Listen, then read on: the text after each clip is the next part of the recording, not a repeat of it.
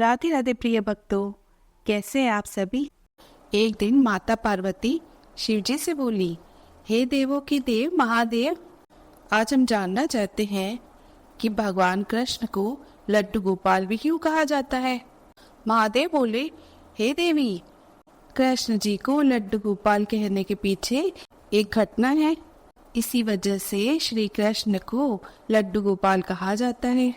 माता पार्वती बोली, तो हे जगत के पालनहार महादेव, कृपया आप मुझे उस घटना का वर्णन करिए जिसके कारण श्री कृष्ण को लड्डू गोपाल का नाम दिया गया। महादेव बोले, तो हे देवी, सुनो ये कथा, लेकिन देवी इस कथा को पूरा ही श्रवण करना, इसे आधा अधूरा छोड़ के मत जाना। बहुत समय पहले ब्रज भूमि में भगवान श्री कृष्ण के परम भक्त हुआ करते थे, जिनका नाम कुम्भन दास जी था। कुम्भन दास जी के पास भगवान श्री कृष्ण की एक बांसुरी बजाती हुई प्रतिमा थी, जिसकी वह दिन रात सेवा किया करते थे, और उस मूर्ति को छोड़कर जाना वो कहीं भी पसंद नहीं करते थे, क्योंकि कुम्भन दास जी का मानना था कि अगर वह चले गए तो ठाकुर जी की सेवा कौन करेगा। जिसको भी ये कार्य अगर सौंप दिया तो वह ठीक से नहीं करेगा। एक दिन कुम्भन दास जी को भागवत पढ़ने का न्योता आया। कुम्भन दास जी जाना तो नहीं चाहते थे, परंतु लोगों के बहुत आग्रह पर कुम्भन को जाना ही पड़ा। 4-5 दिन कुम्भन को सुबह से शाम भागवत करने जाना पड़ा। तो जाने से पहले कुम्भन ने अपने बेटे से, जिसका नाम रघुनंदन था, उससे कहा, कुम्भन, मैंने ठाकुर जी का भोग बना दिया है, ठाकुर जी को भोग लगा देना। यह कहकर कुम्भन चले गए।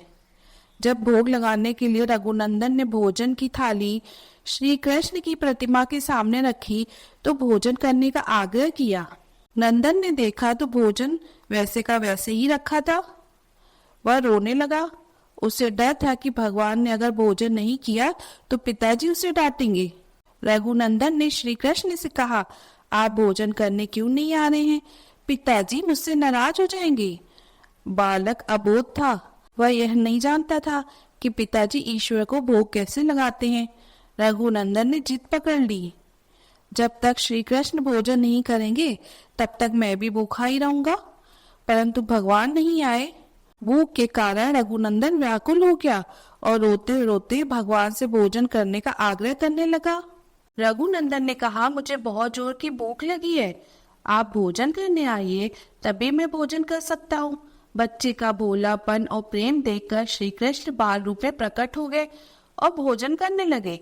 यह देखकर रघुनंदन प्रसन्न हो गया। शाम को कुम्भन दास जी घर लौटे, तब कुम्भन दास जी ने पूछा, रघुनंदन, ठाकुर जी को भोग लगाया है? रघुनंदन ने जवाब दिया, हाँ। कुम्भन दास जी ने प्रसाद मांगा तो रघुनंदन ने कहा कि ठाकुर जी तो सारा भोजन खा गए। तब कुम्भन दास जी ने सोचा कि बच्चे को भूख लगी होगी, इसलिए वह सारा भोजन खुद ही खा गया होगा। अब तो जैसे ये रोज का ही नियम बन गया। कुम्भन दास जी भोजन की थाली लगाकर जाते और रघुनंदन ठाकुर जी को भोग लगाते। जब भी कुम्भन दास जी प्रसाद मांगते तो रघुनंदन एक ही जवाब देता कि सारा भोजन तो ठाकुर जी ने कर लिया। महादेव बोले, देवी, इसके बाद कुम्भन दास जी ने सोचा, बेटा रघुनंदन झूठ बोल रहा है, इसका झूठ पकड़ना पड़ेगा। और कुम्भन दास जी ने लड्डू बनाकर थाली में सजा दिए और छुपकर देखने लगे। रघुनंदन ने रोज की तरह ठाकुर जी को पुकारा और ठाकुर जी बाल रूप धारण करके प्रकट हो गए। यह देखकर कुम्भन दास जी दौड़ते हुए आए और प्रभु के चरणों में गिर गए।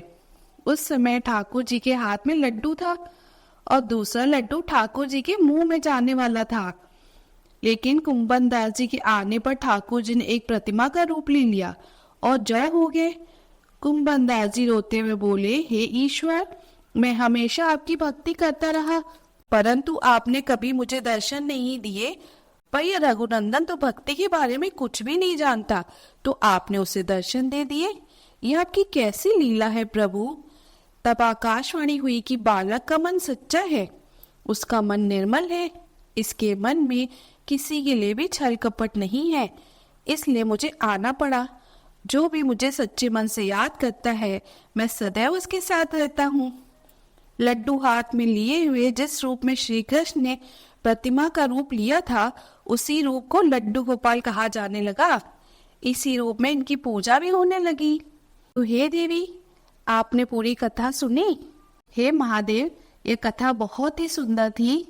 और भगवान भी भाव के भूखे होते हैं और सरलता के भूखे होते हैं। यह बात आज समझ में आई महादेव मुझे। तो हे भक्तगणों, आपको ये कहानी कैसी लगी? अगर पसंद आई है तो लाइक जरूर करिए और नई नई कहानियाँ सुनने के लिए सब्सक्राइब भी कर लीजिए। फिर हम नई कहानी के साथ आएंगे। तब तक के लिए राधे राधे।